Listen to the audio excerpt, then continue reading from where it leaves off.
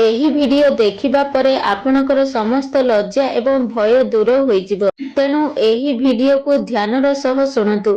ଏହି ଭିଡିଓରେ ମୁଁ ଆପଣଙ୍କୁ ଏକ ଗୁରୁତ୍ୱପୂର୍ଣ୍ଣ ବିଷୟରେ କହିବାକୁ ଯାଉଅଛି। ଲଜ୍ଜା ଏବଂ ଭୟ ଏପରି ଜିନିଷ ଯେ ଜଣେ ବ୍ୟକ୍ତି ଚାହିଁଲେ ମଧ୍ୟ କୌଣସି କାମ କରିପାରିବ ନାହିଁ ଏବଂ ଏଥିପାଇଁ ସେ ବହୁତ ପଶ୍ଚାତାପ ମଧ୍ୟ କରେ। ଏକ ହରିଣ ଚିତାବାଘ ଠାରୁ ଦ୍ରୁତ ଗତିରେ ଦୌଡ଼ି ପାରେ, କିନ୍ତୁ ଏହାକୁ କେବଳ ଭୟ ଯୋଗୁଁ ହତ୍ୟା କରାଯାଏ। ତେଣୁ ଆଜି ମୁଁ ଅନେକ ଉପାୟ କହିବି, ଯାହାଦ୍ୱାରା ଆପଣ ଭୟ ଏବଂ ଲଜ୍ଜାକୁ ଦୂର କରିପାରିବେ। ପ୍ରଥମ ଉପାୟ, ଏହି ଭୟ ଏବଂ ଲଜ୍ଜା କାହିଁକି ଅଛି ତାହା ଚିହ୍ନିବା ଏବଂ ଏହା ବିଫଳତାର ଭୟ କି ଏହା ଲୋକଙ୍କ ନକାରାତ୍ମକ ମତର ଭୟ, ଯେ ଯଦି ମୁଁ ଏହା କରେ ତେବେ ଏହି 4 ଜଣ ଲୋକ କଣ କହିବେ? ଯଦି ମୁଁ ରାସ୍ତାରେ ଚାଲିବା ସମୟରେ ପଡ଼ିଯାଏ ତେବେ ଏହି 4 ଜଣ ଲୋକ କଣ ଭାବିବେ? ଏହାର ଅର୍ଥ କଣ ତାହା ଚିହ୍ନଟ କରନ୍ତୁ।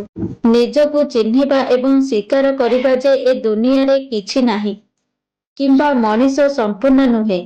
ସମସ୍ତଙ୍କର କିଛି ନା କିଛି ତ୍ରୁଟି ଅଛି।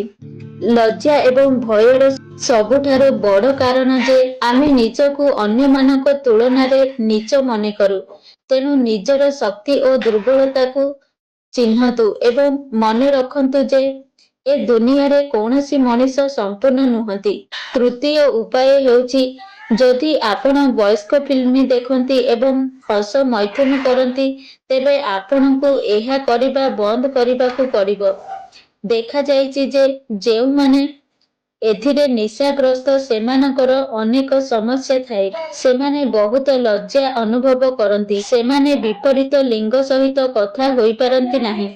ସେମାନେ ଏତେ ଲଜ୍ଜା ଅନୁଭବ କରନ୍ତି ଯେ ସେମାନେ ଲୋକଙ୍କ ସହିତ ଆଖି ମିଳାଇ ପାରନ୍ତି ନାହିଁ। ଏହି ନିଶାର ଗୋଟିଏ ନୁହେଁ, ବରଂ ଅନେକ ଦୁଃଖଦ ପରିଣାମ ଅଛି। ଆପଣଙ୍କ ଶରୀର ଥରିବାକୁ ଲାଗେ। ଆପଣ 2 ମିନିଟ ଯାଏ କାହା ଆଗରେ ଠିଆ ହୋଇପାରିବେ ନାହିଁ। ଏହି ନିଶା ଛାଡ଼ିବା ପାଇଁ ଆପଣଙ୍କୁ ନିଜକୁ ବୁଝାଇବାକୁ ପଡ଼ିବ ଯେ ଏହା ଏକ ଖରାପ ନିଶା। ଏଥିପାଇଁ ଆପଣଙ୍କୁ ଦୀର୍ଘକାଳୀନ ସମସ୍ୟାର ସମ୍ମୁଖୀନ ହେବାକୁ ପଡ଼ିବ। ଆପଣ ମଧ୍ୟ କଳ୍ପନା କରିପାରିବେ ନାହିଁ। ତେଣୁ ଆପଣ ଏହି ନିଶାରେ ପୀଡ଼ିତ। ତେବେ ଆଜି ଏହାକୁ ଛାଡ଼ିବାକୁ ଚେଷ୍ଟା କରନ୍ତୁ ଏବଂ ଆଗାମୀ ଗୋଟିଏ ମାସରେ ଆପଣ ନିଜକୁ ଉନ୍ନତ ହେଉଥିବାର ଦେଖିବେ। ଚତୁର୍ଥ ଉପାୟ ହେଉଛି, ପ୍ରତ୍ୟେକ ବ୍ୟକ୍ତି ଏହି ଦୁନିଆରେ 24 ଘଣ୍ଟା ପାଆନ୍ତି। କେତେକ ସମୟକୁ ଏମିତି ଖାଲିଟାରେ ବିତାନ୍ତି ଯେତେବେଳେ ଅନ୍ୟମାନେ ଏହାକୁ ଉନ୍ନତ କରିବାରେ ବିତାନ୍ତି। ଯଦି ଆପଣଙ୍କ ଭିତରେ ଭୟ ଏବଂ ଲଜ୍ଜା ଅଛି ଏବଂ ଆପଣ ଲୋକଙ୍କ ସହିତ କଥା ହୋଇପାରୁନାହାନ୍ତି ତେବେ ଆପଣଙ୍କୁ ଏହାକୁ ଛାଡ଼ିବାକୁ ପଡ଼ିବ।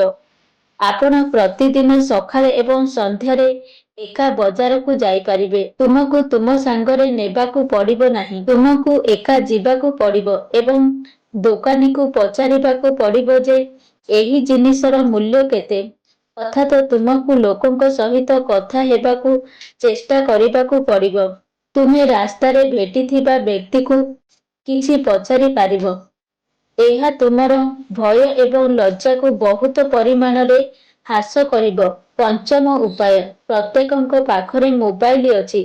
ଆପଣ ଏହାକୁ ଆପଣଙ୍କର ଲଜ୍ଜା ଏବଂ ଭୟ ଦୂର କରିବା ପାଇଁ ବ୍ୟବହାର କରିପାରିବେ।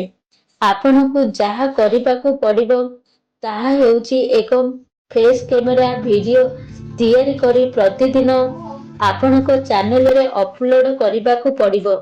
ଆପଣ ଯେଉଁ ବିଷୟ ପ୍ରତି ଆଗ୍ରହୀ ତାହା ଉପରେ ଭିଡିଓ ତିଆରି କରିପାରିବେ ଏବଂ ଏହାକୁ ୟୁଟ୍ୟୁବରେ ଅପଲୋଡ କରିପାରିବେ।